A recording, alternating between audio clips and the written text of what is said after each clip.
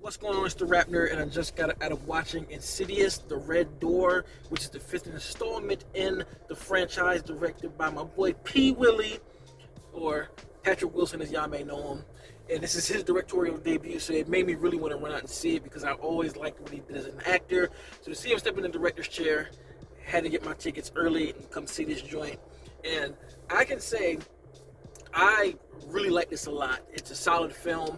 I do think that there are some things wrong, some missteps here and there, especially when you compare them to the first two Insidious, but it's really hard to follow James Wan. So I didn't expect the film to be on that level of greatness, which it fell short.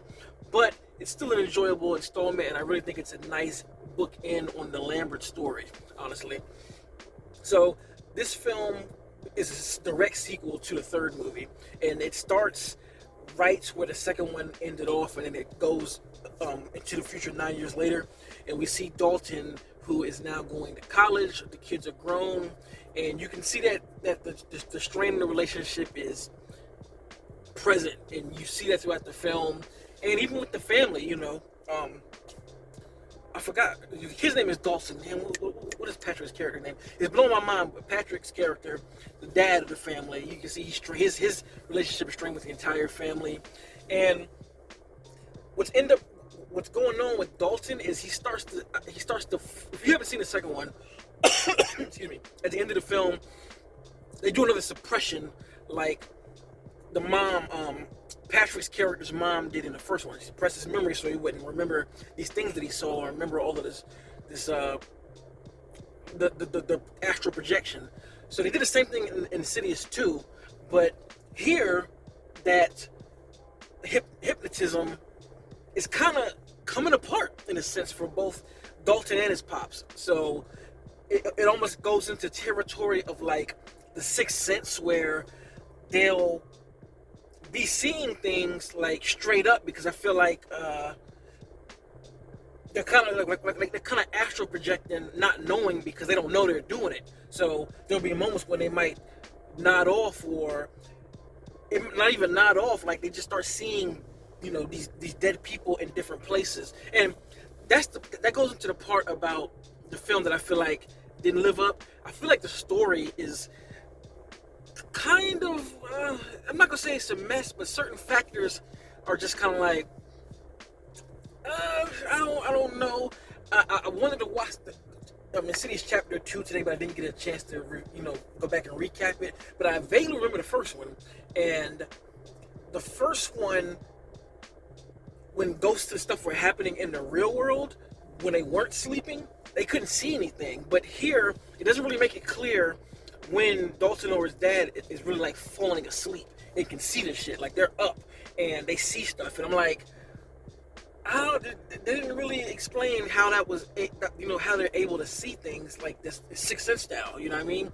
And that's just a knock on the story, but the way they play around with that is excellent. Like Patrick Wilson's direction in this film, excellent for a first time out. The way he holds he definitely learned from James Wan. Like, he pulls the rubber band so far with the tension when it comes to the scares that it's like it's coming, but the band is held so tightly you don't know when it's coming.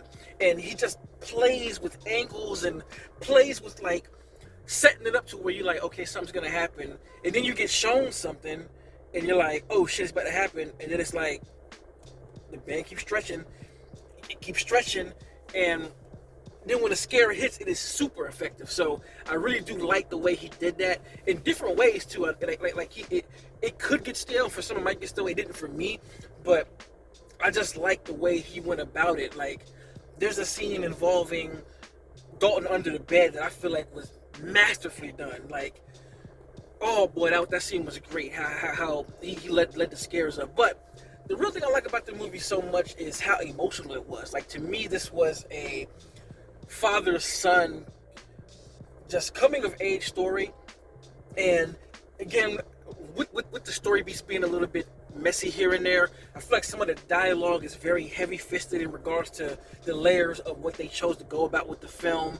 They straight up say certain things about, talking about mental health and trauma and all of that. And And on one hand, I understand it because it's like literally what they went through is 100% what's going on here, and is effective, and it should be talked about in the way they talk about it. But on the other end, they fit certain things in there that's like a real person wouldn't really say that, in this moment. So I do, but I do like the overall message about you know. Is that a? I'm not gonna say what the overall message is. You just watch the film and get it. I don't. This is a reveal. I'm not trying to reveal things, but I do like the layers of things that they peppered in, and even how everybody. Well, mainly Dalton. It's gonna piss me off because the dad's name, Patrick's character's name, is gonna pop in my head when I cut the video off and be mad. But I like how both of their arcs kind of come full circle. Being a father-son thing, and that's why I'm like, I really enjoyed the story of how it's a father and son journey here, because of where the last one left off. Dalton doesn't really trust his dad for real, because he is, his memories are suppressed, so he has this feeling of weirdness around his dad, but he doesn't necessarily know why, but he knows it's negative, and the way that comes to fruition in the film, and they kind of see things eye to eye of why it's like that. It's really powerful, honestly, as from a father and son. So those two get the most screen time, Dalton and Patrick's character, and the wife and the other son do come back for a little bit, and they're there for where they need to be. It's like I understand why they weren't in the film a lot, but I would have liked to see them more, because I think his name is Rose Byrne, who plays the wife. It's like every time she's on screen, like, she just does it. Like, I love this like kind of argument they get into at the end of the movie, towards the end, that you really feel the weight of what happened in the first two films here, and I just really like that a lot. And then some more things that, as far as the story goes, it tries to do some things that I don't know necessarily work tonally.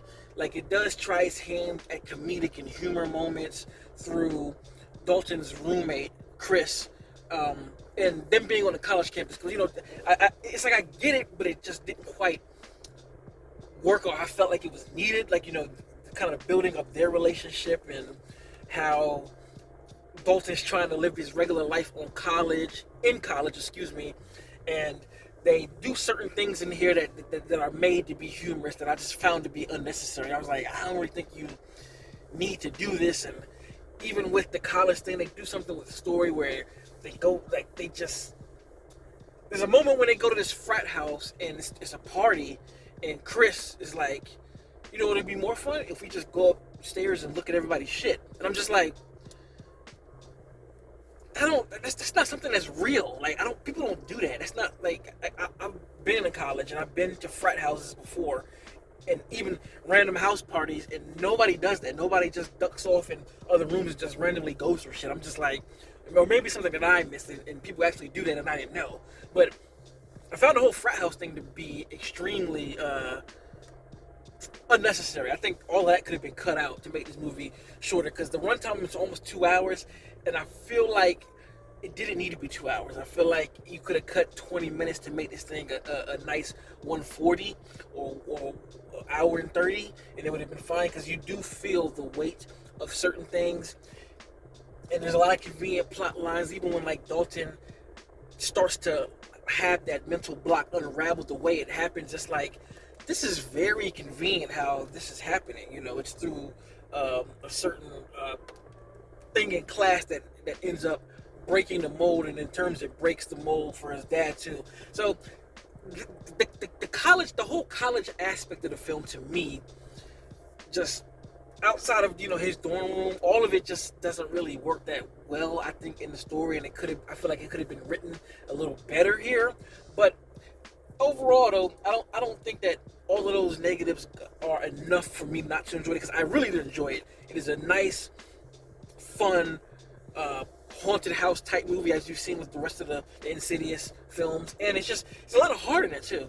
Patrick is an incredible actor, does a great job. The actor who played Dalton did a great job emotionally, and just seeing how they bounced off of each other or didn't bounce off of each other to show that strain, it all really worked, man. It definitely had a few moments tugging on the heartstrings some, and I enjoyed it, man. I'm gonna add it to the collection. I feel like as a trilogy, this one was a pretty cool like ribbon on top of from the events of this family, and it made me want to see.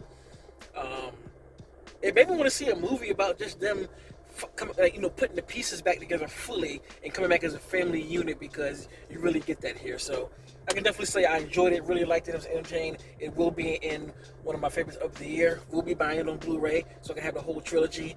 And if you've seen Insidious 5, The Red Door, let me know what you think in the comments. Where do you rank it in all of the films? And if you like this kind of content, make sure to subscribe. If you already are subscribed, thank you. Until next time, peace. RapNerd Productions, no capping, that's word to mommy.